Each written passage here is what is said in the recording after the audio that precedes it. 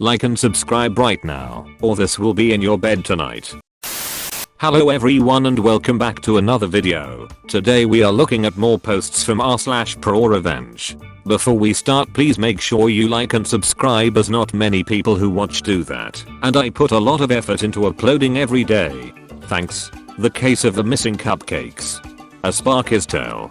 We had an older hospital where, over time, we'd been upgrading their CCTV, security, door access, and nurse call/paging systems. I'd been at this company for a few years, but they'd been doing all the sparky work here for over a decade, so we knew the whole place really well. The buildings, the people, the staff's positions and job roles, everything.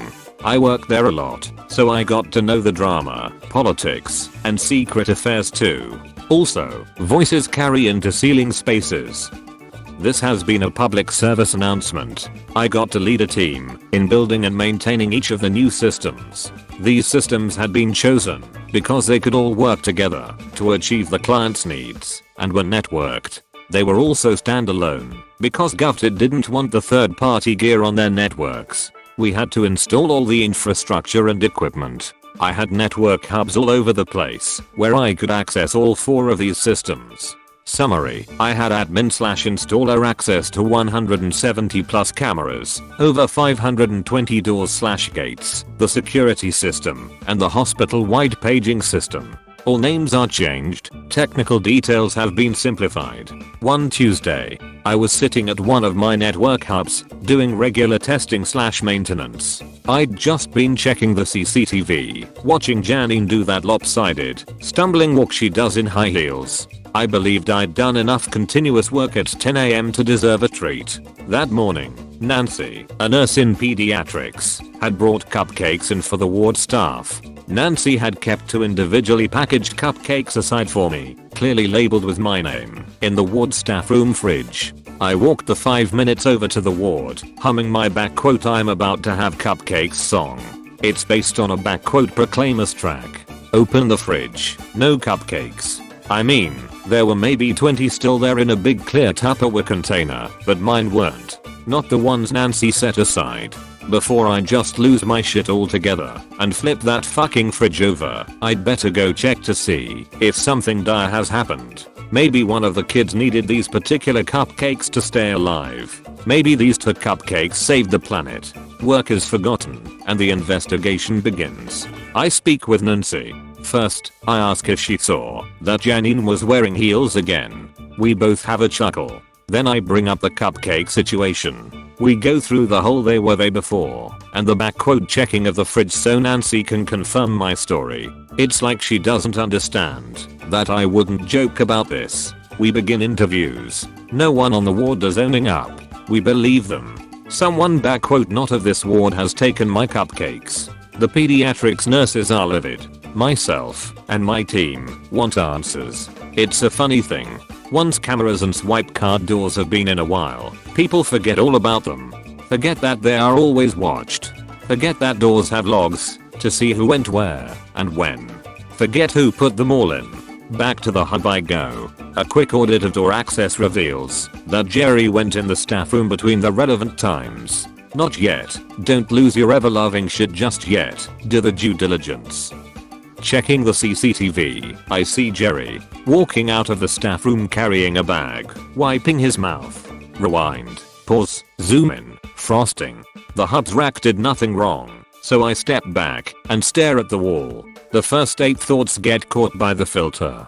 I calm down a little and head back to my nurses. They see me coming and gather. Sick kids are an afterthought in this matter. I tell them I know who did it, don't want to say who just yet, need some time to think, and ask if we can keep this all hush hush for now. They say they understand, and immediately ask who it was. They are, after all, Gov staff.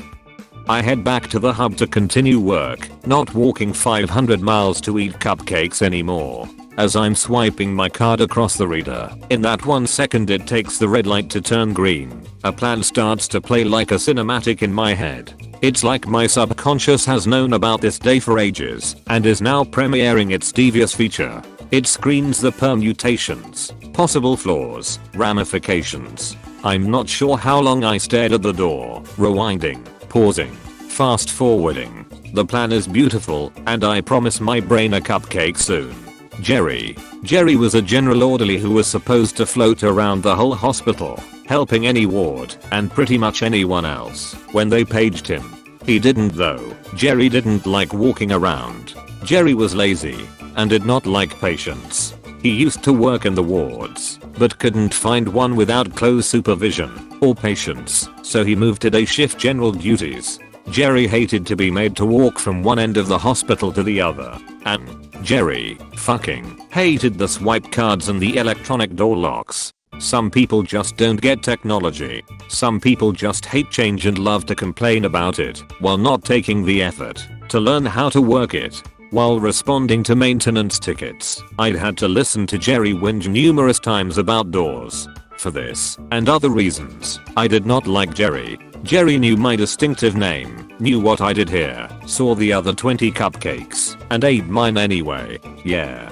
Time to fuck with Jerry. At the hub, I make the necessary improvements to my systems. Select a variety of well-chosen doors. Set auto-paging for different events. Create different calendars. Set some automated conditions so everything swapped and changed around. Once I'm set up, with the program on hold, I go see Nancy. I need to give Jerry a chance to own up, even though I'm pretty sure he won't. I ask Nancy to page Jerry so she can ask him about the cupcakes. Nancy isn't surprised it's Jerry and is on board.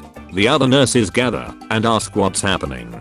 I tell them that Jerry is about to work off some of the belly. They aren't surprised it's Jerry either and swear secrecy. I walk to the maintenance manager's main manager office while Nancy summons Jerry. I go into main MGRS office grinning. All he says is, "What?" with a smile. He knows me. We've worked closely together here for a while. We are mates, and he's seen that look on my face before. I ask him to just print any maintenance tickets generated by Jerry for card/door/gate/pager issues, but not to action them. I'll pick them up while I'm here doing other work and deal with them personally. When I tell him about the cupcakes and my plan, he's not only on board, he laughs so hard he has a coughing fit for about 25 seconds. I head back to check in with Nancy and find that Jerry has, ever so accommodatingly, denied all knowledge. What I'd created in my systems was a randomized, intermittent program, all focused on Jerry's card. A program that would send Jerry's pager a message to go somewhere on the other side of the complex, seemingly at random, based on Jerry swiping his card at particular doors, or the gate to the staff car park wouldn't work, or his card would stop working, making him go to get it revalidated, or a siren would sound for a few seconds when he entered certain rooms. I already knew all the staff routines and areas of responsibility. The patients wouldn't be adversely impacted, and Jerry did fuck all anyway. Back at the hub, I clicked the go buttons. Week 1. By Friday afternoon, in 4 days, Jerry had raised 18 tickets. I grabbed the stack of paper from main manager and went to the orderly's office to find Jerry. While I gently fanned the tickets, he listed all the weird things he'd been experiencing. He was explaining how the duty nurses were getting annoyed at his unexpected arrivals when I interrupted him to ask if he'd seen anyone take my cupcakes from the pediatrics fridge on Tuesday. The puzzled face he put on was a head shorter than mine and about 1m/3 feet away from the embroidered name on my shirt. No confession. I'd only had 50 specially selected doors active in the program these past 4 days. That Friday afternoon, at the end of week 1, I clicked the all button and added the other 470 plus doors. Week 2. By midday Wednesday there were only 6 tickets raised. I checked the system's logs and found out why. In just under 3 days, there'd been a mixture of over 85 events. Jerry didn't have time to lodge tickets. When I spoke to Jerry that Wednesday, he demanded that I do my damned job and fix this stuff, and why hadn't I done it yet? No confession, no apology. Time for some head games. I told him I'd sort it out. When I went to check the systems that Wednesday midday, I stopped the program. On Friday morning, I turned it back on again. Week 3. I'll let it run Monday, Wednesday, and Thursday. I almost felt sorry for him this week when I was talking to him and considered stopping the plan. Then I remembered why I didn't like him so much. The one thing I haven't mentioned yet is that standing staring at that door, I already knew Jerry was in the final stages of disciplinary management. This was the linchpin to the plot of the film that ran through my head. Remember before when I said I got to know the drama, politics, and secret affairs too? I knew that one of those disciplinary warnings, among other things, was for taking people's lunches on 4 occasions. And not because he needed to either. That's the reason the nurses and main manager weren't surprised it was Jerry and were on board. They knew too. Everyone did. That was the reason why he didn't kick up a stink to his manager or confess. I didn't want to get him fired, just make him apologize. Cupcakes are serious business. The final week for the program ran Monday and Tuesday. The plan was only ever going to be for a month, or until Jerry confessed and apologized. Before this Tuesday, I'd had a chat to Nancy. I'd asked her if she wouldn't mind a cameo in a little vignette.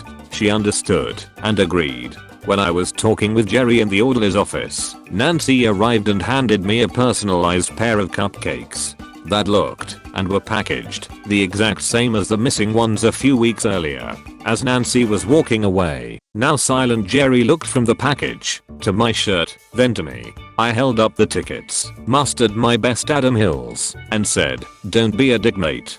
He was silent and very angry. I could see he'd realized that I'd been doing this on purpose. If he made an official complaint, the missing cupcakes would come up, and he'd lose his job. Also, during our chats, he'd heard me say intermittent issues many times. Jerry was angry because he knew he couldn't do a fucking thing about it. I walked off to the pediatrics ward, where Nancy and I were going to eat these treats. I hummed my tune the whole way. Loose ends. Unfortunately, Jerry was a dick one more time. He got sacked 2 months later for taking more stuff out of a fridge. I felt bad for him as I helped security save the footage to a drive. As I was walking up to pediatrics on that last Tuesday of the plan, I stopped the program and took Jerry's pager number out of it. I had to scrap the program altogether a while later. Some bright hospital spark finally convinced GovTed to add the systems to the hospital's intranet. Sysadmins are killjoys. Maybe rightfully so.